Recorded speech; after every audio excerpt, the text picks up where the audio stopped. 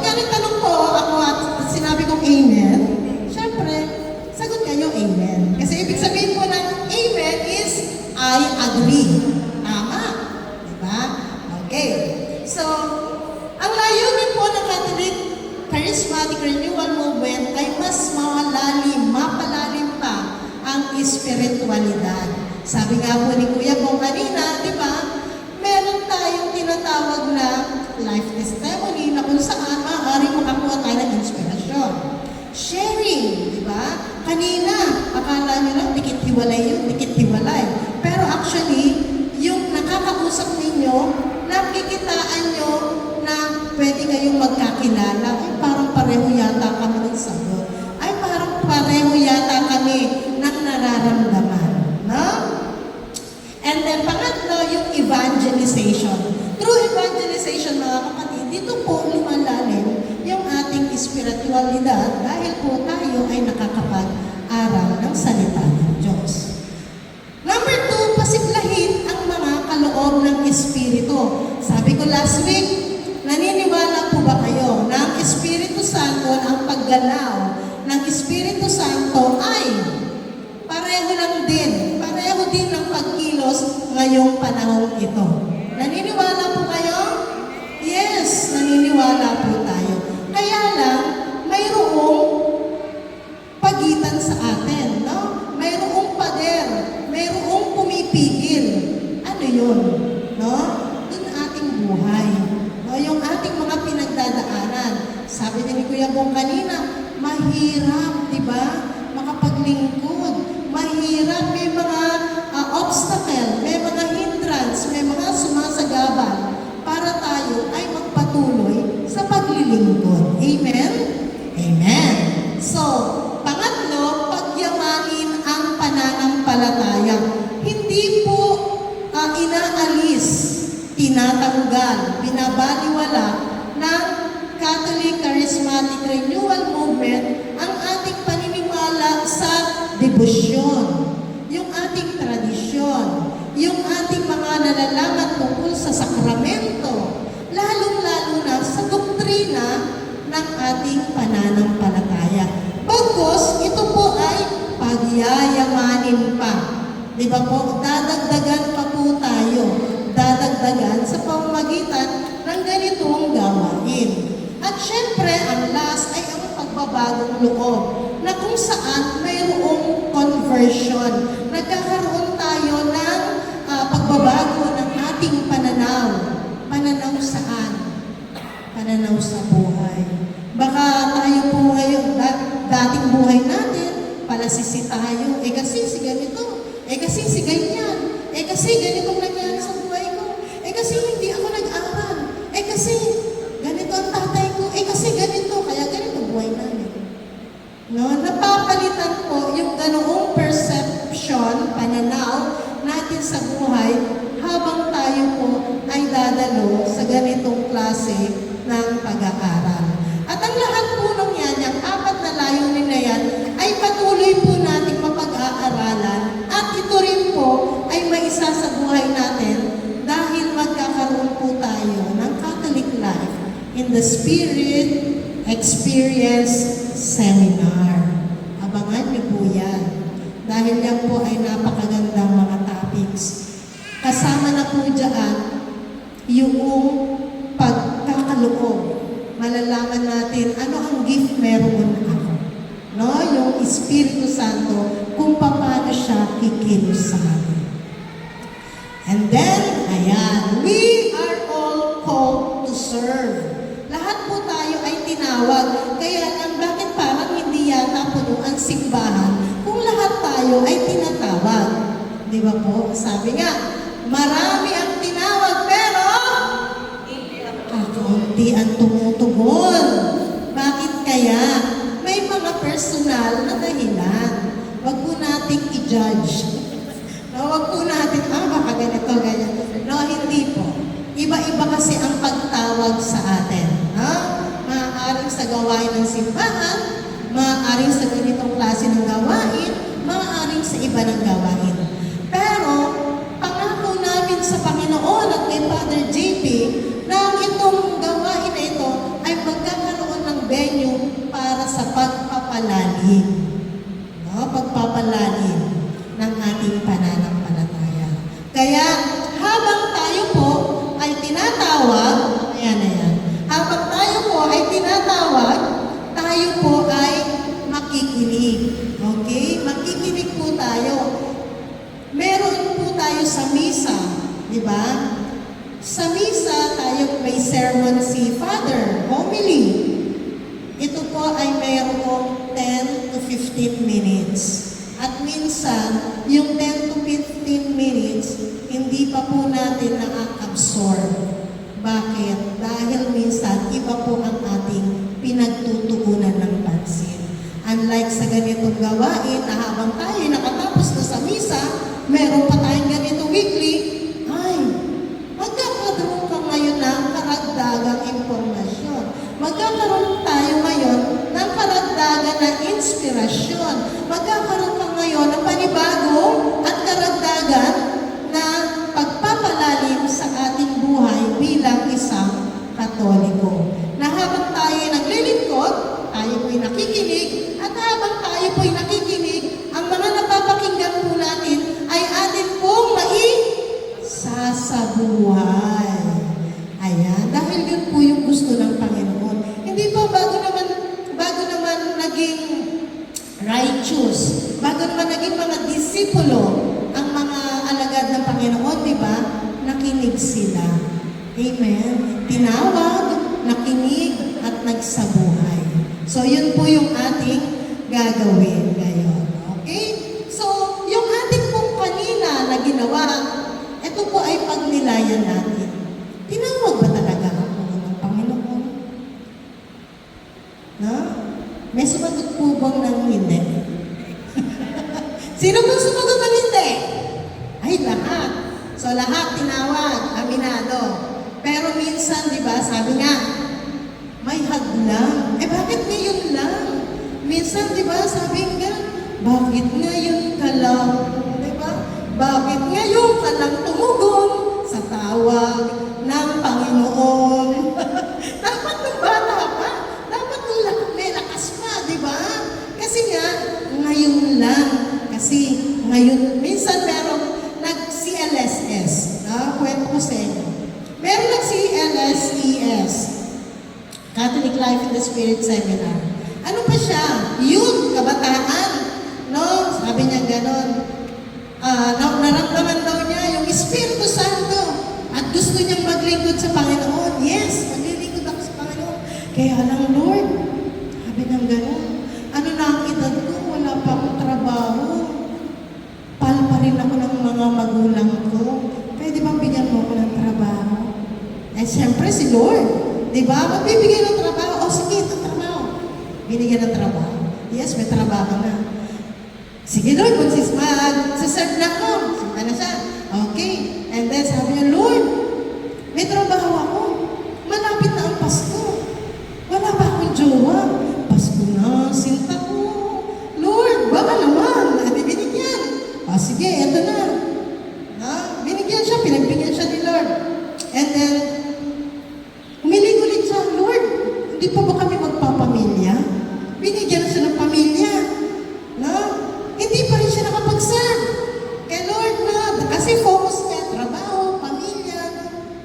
And then, Lord, tulungan mo naman ako pag-aralin, patapusin yung aking anak. Hanggang sa napatapos, napag-aral, napatapos, nagkaroon ng anak buhay. Sa tingin niyo po, ilang taon na po yung kabataan na yan na nag-CLSS? Nako, senior na po. Sabi niya gano'n, Lord, ready na akong mag-serve sa iyo. Handa ka na ba? No? Kung kailan na ilang taon na lang yung ating panahon para paglingkuran ang Diyos, doon pa lang tayo tutugon.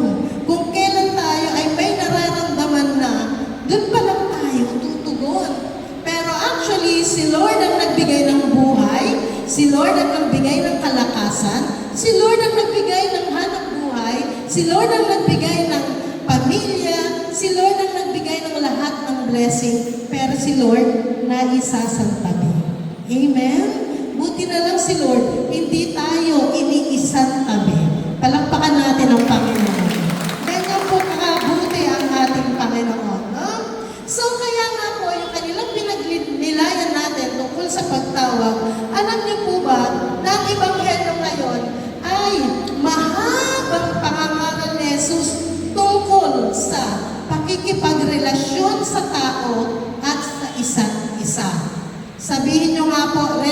relationship?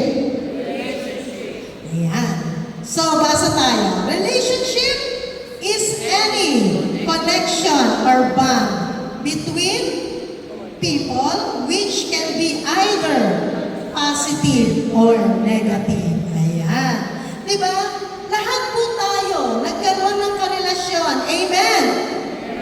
Kaibigan, taas ang kamay. May kaibigan. Ayan. Kasamahan sa trabaho. Excuse po yung mga walang trabaho. Ayan. Pamilya, no? Asawa, okay? And of course, mga kasamahan sa simbahan. Okay? Ngayon, ang tanong, nakahanda po ba tayo sa bawat relasyon? Nakahanda po ba tayo? Nakahanda po ba tayo sa bawat relasyon? Sabi kasi ganun is positive, no? Or negative. Which can be either positive or negative. Wag na natin puntahan yung positive. Kasi pagka positive, syempre, masaya ka. Ay, mahal ako ng mister ko. Ay, niregaluhan ako ng mister ko. Ay, nakakalaga ako. May bulaklak ako. Diba? Ay, diba? Yung anak ko, nagbibigay ng sweldo niya. Sana all. Ay, yung anak ko, may share sa kuryente. Di tangleng. Sana all. Diba? Ay, naku, yung anak ko sa abroad, naalala ko, pinagbili ko ng gamot. Diba? So, yun po yung sinasabi natin na positive, na nararamdaman natin yung pagmamahal ng ating karelasyon. Karelasyon, whether it is your friend, kapamilya, asawa, no, kasamahan sa trabaho, binabati ka ng happy birthday. Kuya po, happy birthday. Ganun po siya. Pero ito yung masakit, yung negative. Pagka ikaw po ay nasaktan, sa iyong pakikipagrelasyon, nasasaktan tayo. Amen? Kahit na sabihin mong asawa mo yan, nasasaktan ka. Amen? Ano po yung isang masakit na karanasan sa inyong mag-asawa? Huwag nyo na pong sabihin. No? Yung isang sitwasyon na nangyari sa inyong magkaibigan, huwag nyo na rin pong sabihin. Alam ko na po yan. Nagmaritisan lang po yan. No? Yung mga negatibo na nangyari sa kasamahan sa simbahan, huwag nyo na pong sabihin. No? Alam na natin yan. Pero, nandoon tayo lagi sa ano yung ginagawa natin. Ano yung apekto sa atin. Ano yung maibibigay natin. Ano yung resulta pagka nangyayari po ito sa atin na mayroong negative na sitwasyon na dumarating sa ating buhay. Hindi ba nalulungkot tayo? Di ba? Nakahanda po ba tayo na tanggapin na very close kayo ng friend mo, tapos yung isa hindi na, nagmaritisan na, no? And then anong nangyari? Hindi naman totoo. Di ba? Nakasira ng buhay, nakasira ng pamilya. Handa po ba tayo na magpatawad? Handa po ba tayo na nasasaktan tayo? Ang sabi ng Panginoon, di ba?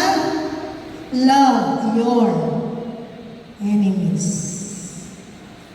Enemies po, hindi na po enemy.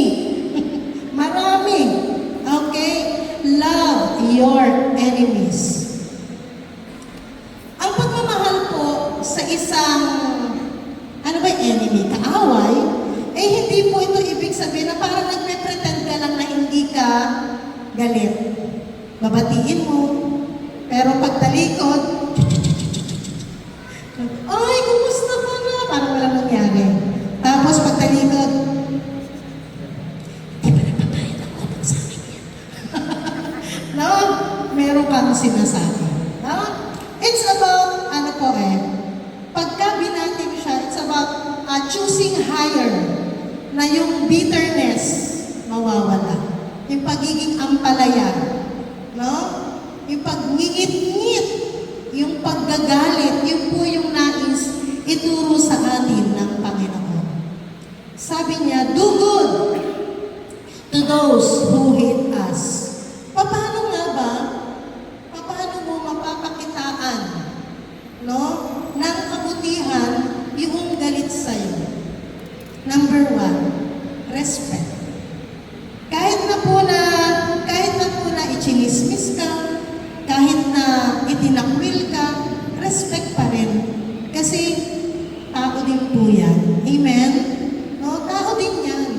Kailangan din po ng respeto. Pangalawa, do good, yung empathy. Practice empathy. Ano po yun? Baka mamaya kasi meron siyang sitwasyon sa buhay na kaya siya nagalit sa'yo dahil mayroon siyang pinagdadaanan. Subukan mo na lumugar sa kanyang sapatos.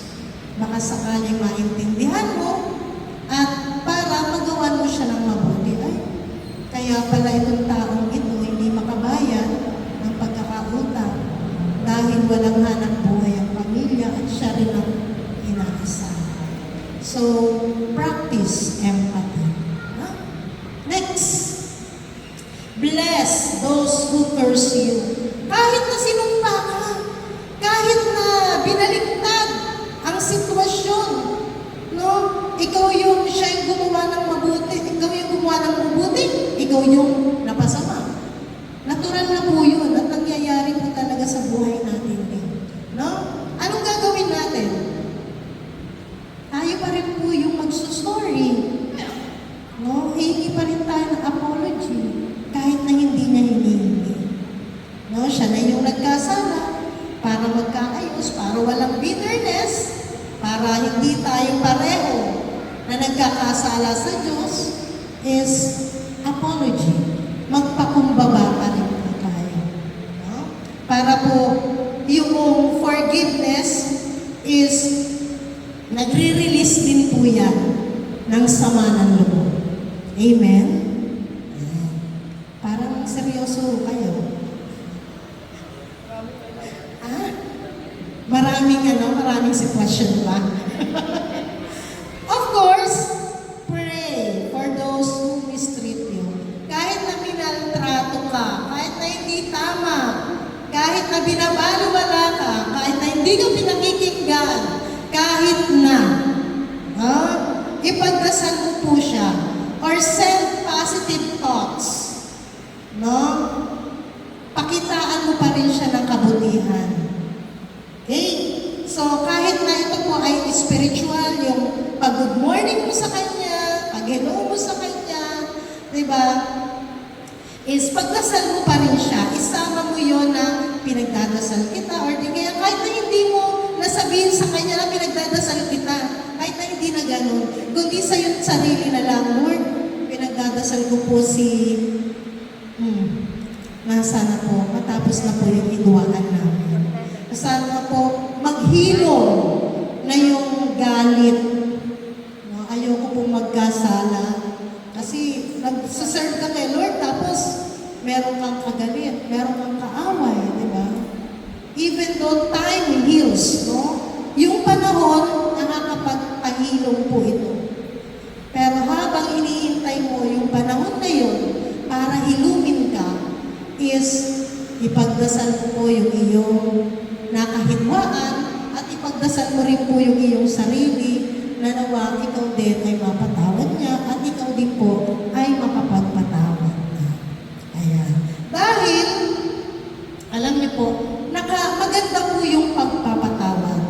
Nakaranas na po ba kayo ng nakapagpatawad? Di ba? Ang sarap, ang gaan sa pakiramdam. Amen?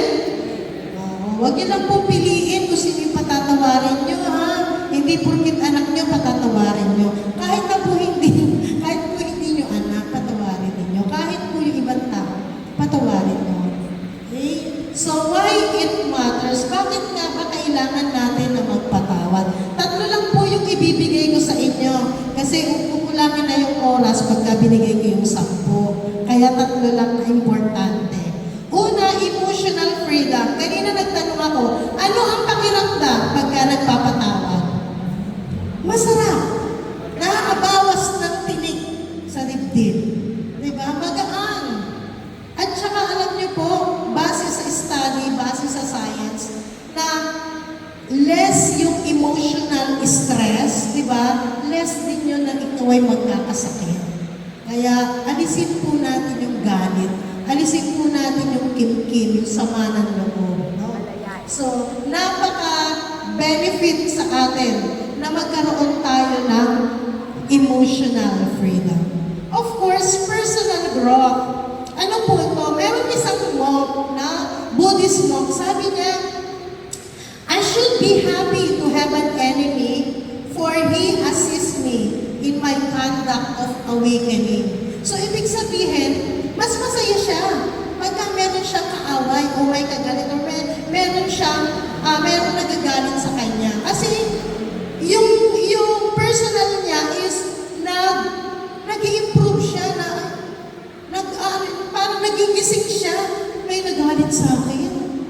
Diba? Uy, nagiging aware siya na may nakasamaan yata ako. Diba? So, sabi ng monk na yun, mas pabor sa akin kung nalalaman ko na mayroong nagagalit sa akin. So, kaya po, nagiging personal growth, personal na yung sarili mo is nagigising sa ganong klase ng sitwasyon.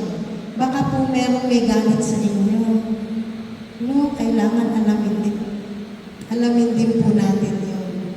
Baka kaya hindi na po tayo nakakapag-usap doon sa ating kapatid o sa ating kaibigan dahil meron pala siyang tampo. Kausapin po natin. Amen! Palakpakan natin ang Panginoon. Okay, last. Spiritual integrity. Ito po yung pinaka-importante sa lahat. Ano po? Loving your enemies is a path to enlightenment, peace, and divine connection. Pagka po nababawasan po at natatanggal po sa atin yung galit, hinanakit na yan, sama ng loob, yung ating spiritual integrity nagbubuhos. Gusto natin na, Lord, send your Holy Spirit, pero meron kang galit na nandito. Paano papasok ang Espiritu Santo kung may basura sa puso mo? Amen? Paano bibigyan ka ng gift ni Lord? Gift of, ano ba yan? Miracles? Gift of understanding ba yan? Gift of wisdom ba yan? Paano papasok itong mga ito kung yung puso mo ay merong galit sa iyong kapwa? Amen? No? Kaya po kailangan po natin talagang napaka-importante na tayo po bilang mga lingkod at nais nating maglingkod at nais nating sumunod sa Panginoon, kailangan po lagi po nating lilinisin yung ating puso. Amen? Palakpakan natin ang Panginoon. Okay? Sa huli mga kapatid, ang sabi ng ating Panginoon, mula doon sa Lucas 6:36, sabi ng Panginoon, maging mawain kayo katulad ng Ama. Ang pagiging mahabagin ay katumbas ng pagiging perpekto. Sabi ni Mateo, no? Of course, mahirap naman talagang maging perpekto. Sino po bang perpekto dito? Hindi ako magtataas ng kamay. Wala naman pong perpekto dito. Lahat po tayo nagkakamali. Lahat po tayo nagkakasala. Dahil doon sa emosyon natin, minsan na bigla na lang lalabas sa bibig natin. Di ba? Yung galit natin. Okay? So, hindi po tayo perfecto. Kahit na nasa ganitong gawain tayo, talagang sinusubok at sinusubok pa rin po tayo. At kailangan lamang po natin laging tumawag sa Panginoon. No? So, pero, sabi ng Panginoong Jesus, ang pagiging perfecto at maawain, ito po yung pamantayan ng Panginoong Jesus para sa hamon ng kabanalan. Kung gusto po natin maging banal, yung perpekto at pagiging maawain, yun po yung kailangan natin gawin. Yung sumunod tayo sa Panginoon, sa kalooban ng Diyos. Tayo'y nilikha sa imahe at kaanyuhan ng Ama upang tayo maging katulad niya na na banal at matapat sa pamumuhay. Kaya nga po, ang anyaya sa atin is patuloy na magsabuhay ng salita ng Diyos. Patuloy po tayo na gumawa ng kabutihan sa ating kapwa at patuloy din po tayo na magbalik loob, tumawag sa Panginoon. Alam niyo po, meron akong nais, anong oras na? Hindi ko na po i-resign. Ayan. Meron pong tula si Mother Teresa. Pwede niyo pong i-search yan sa Google. Do it anyway. Ito po, ang buod po niyan is paghihikayat na tayo po ay gumawa ng kabutihan. Suklian natin ang kabutihan, ang alin. Kahit na tayo po ay mayroong mga kaaway, kahit na may nanlalait, kahit na meron po pinababagsak tayo, gawin mo pa rin, suklian mo pa rin ang kabutihan. No, yun po yung buod niyan. No, kahit na po reasonable, unreasonable, yung taong ating makakasalamuha. No, do it anyway. Gawin mo pa rin kung ano yung mabuti. Gawin mo pa rin, suklian mo pa rin siya ng kabutihan. At yan po, no? So, haranawa, sana po magkaroon po tayo ng pagkakataon na basahin. Maikli lang po itong point ni Mother Teresa, do it anyway. Napakagandang mensahe, makahulugan na yung mensahe. So, maraming salamat po. Palakpakan natin ang